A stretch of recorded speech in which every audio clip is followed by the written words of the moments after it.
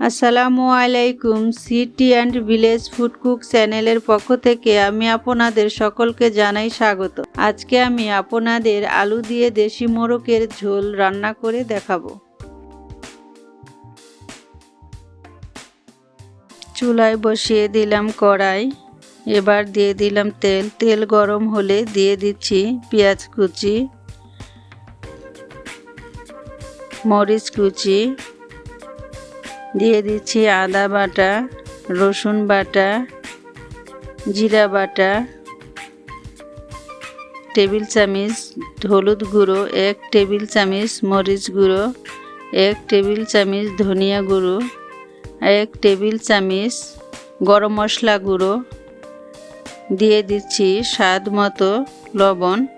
এবার নেড়ে চেড়ে ভালো করে মশলাগুলো কষিয়ে নিব। দিয়ে দিচ্ছি একটু পানি দিয়ে ভালো করে কষিয়ে আর একটু পানি দিয়ে ঢেকে দিচ্ছি। মশলাগুলো কষানো হয়ে গেলে এবার দিয়ে দিব মোরগের মাংস। মোরগের মাংসগুলো আগে থেকে ধুয়ে রেখেছিলাম। মোরগের মাংসগুলো দেওয়া শেষ হয়ে গেলে এবার ভালো করে নেড়ে চেড়ে নিব। নেড়ে চেড়ে ঢাকনা দিয়ে ঢেকে দিব যাতে মশলাগুলো মাংসের ভিতরে ঢুকে যায়। এবার দিয়ে দিলাম কয়েক টুকরো আলু দিয়ে নেড়ে চেড়ে একটু ঝোল দিয়ে ঢেকে দিলাম। আবার নেড়ে চেড়ে নামিয়ে নিলাম। এবার দিয়ে দিলাম ছোট একটি কড়াইয়ে দিয়ে দিলাম তেল গরম হলে দিয়ে দিলাম পেঁয়াজ কুচি। এই পেঁয়াজ কুচি গাঢ় বাদামি রঙের হলে দিয়ে দিব মাংসতে।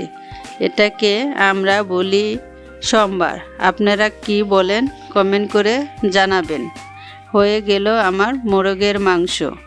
এমন নিত্য নতুন ভিডিও দেখতে চাইলে আমার চ্যানেলটি সাবস্ক্রাইব করে পাশে থাকা বেল আইকনটি বাজিয়ে দিন। আল্লাহ হাফেজ।